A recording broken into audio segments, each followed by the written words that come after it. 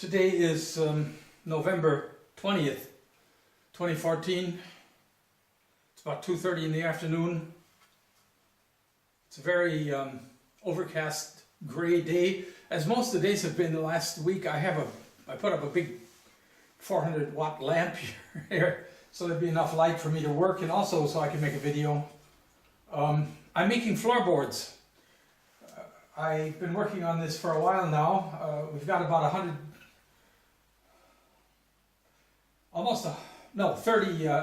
feet of floorboards for this room, for these rooms here, to put in, and I'm making them out of solid oak planking. These are tongue and groove floor planks, actually. Very nice wood, very lovely to work with. German oak, by the way. I may have mentioned this before. German oak that's growing in Indonesia. A German family 120 years ago took oak trees from Germany to Indonesia and planted them there, and now they're harvesting them and making wooden flooring out of them. Very, very nice wood. But I'm cutting the tongue off. The groove doesn't matter, I can just leave it, but I'm cutting the tongue off, and then I'm going to use a router, and I'm going to route the edge here flat, smooth, and rounded on the front here, rounded with a lip. I have one over here finished somewhere. Yeah, here. Well, I've got a few of them finished. I'm doing I'm taking the tongue off first, because I have to use the saw for that. When I get done with that, then I can set up the router, and I will use my Rube Goldberg dust collection system here. I set this up the day before yesterday because now I'm working in rooms. It didn't matter in the past how much dust I made, how much sawdust was developed, because in comparison to the amount of dust from cement and plaster and so on, it didn't really play any role. But now that the rooms are mostly done, we don't have such a mess of dust all over the house anymore. So I'm being more careful, and it's working pretty well. There is still plenty of sawdust, but compared to not using this collection system, I'll show it to you a little more. It's very simple.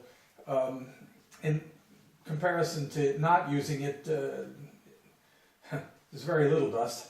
This is the way the floorboards are going to look. You see, I think you can see it here. I have a rounded edge here in front, and a lip here on the side.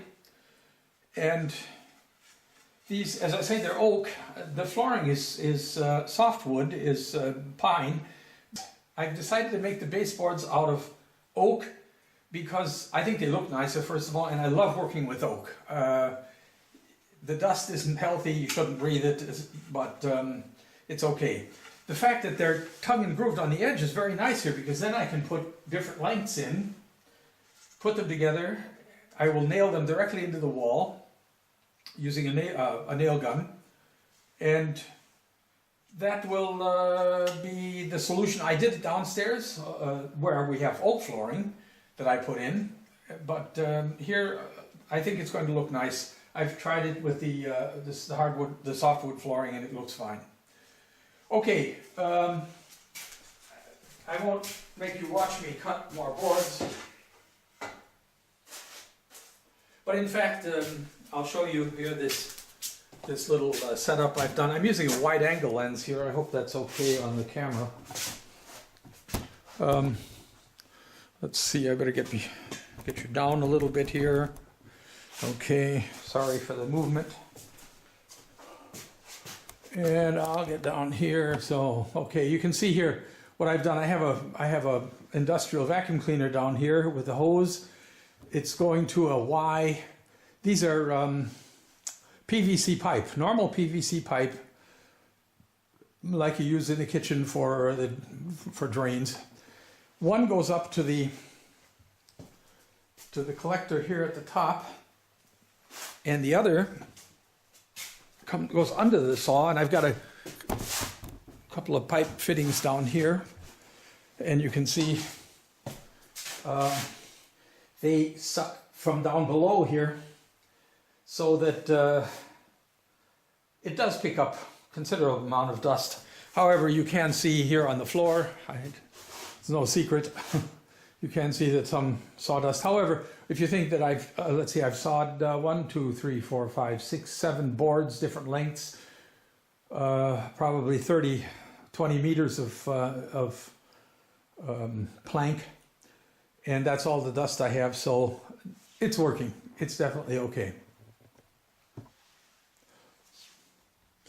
I don't want to go into any details about these baseboards. They're not interesting. But I'm going to tell you a story today, a story I've been wanting to tell for some time. It has nothing to do with carpentry work, but I'm going to do it here because I happen to be here right now, and it's a good opportunity. Nobody's home, and I have plenty of chance to tell you this story, which was a very shocking event in my life. I'll just set you up here like this, about like that, and I'll go sit down over there. I think I better turn the little monitor over here so I can see myself. Is that going to be okay? I guess it is.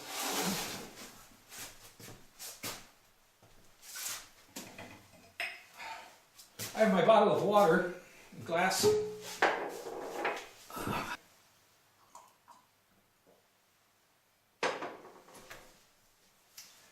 The story is about an event that happened in 1963. It has nothing to do with cars, it has to do with trains. One of my aunts called and said she saw that in the newspaper the railroad was looking for a job. The Baltimore and Ohio and the New York Central, which ran lines together from Chicago south down to Indiana, into Indiana, and then south and on. And so I applied for a job, not even knowing what I would be doing, and was told that I should come in for an interview, which I met the station manager in Whiting, Indiana, right at, near Hammond, Indiana, on Lake Michigan, directly on Lake Michigan. And the station manager, whose name was naturally Pete, Pete the railroad man, said that what he needed were crossing guards. I got the job as a crossing guard. I mean, what qualifications do you need? My eyes were okay, and I could hold the stop sign. So I began work on a Monday morning, and I got a little a little hut, and it had a chair and it had a pot-bellied stove in it, which I didn't need because it was summer. And I have a picture of me being silly, of course, in front of the little hut. Here it is.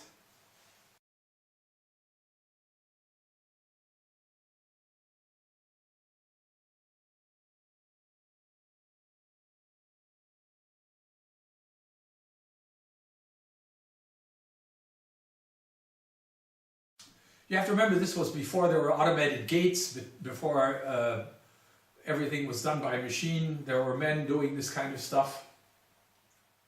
And that was my job.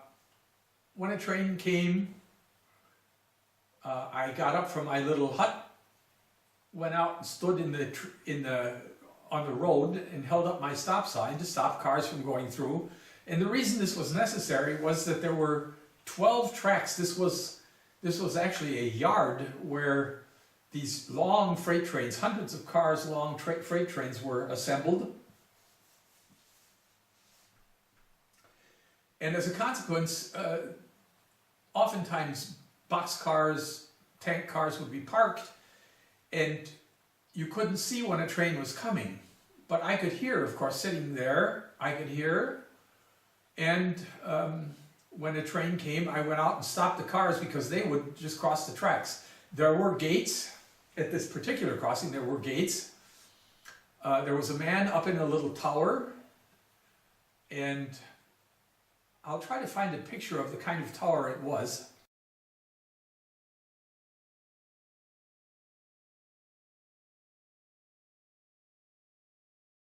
It was interesting. It was made with 4 train tracks as a support, welded together. They went up and then were curved out like this and had a little house sitting on top. And in the tower you had, I'll tell you about that later. I sat on the ground. I didn't have anything to do with the tower except the man in the tower rang the bell, and then he put down the gates, and I went out because people tended to go around the gates. There was only one gate on each side. They tended to go around the gates thinking there was no train coming, but in fact the train would be on the opposite side of a parked row of boxcars, and of course they could get killed if they went through.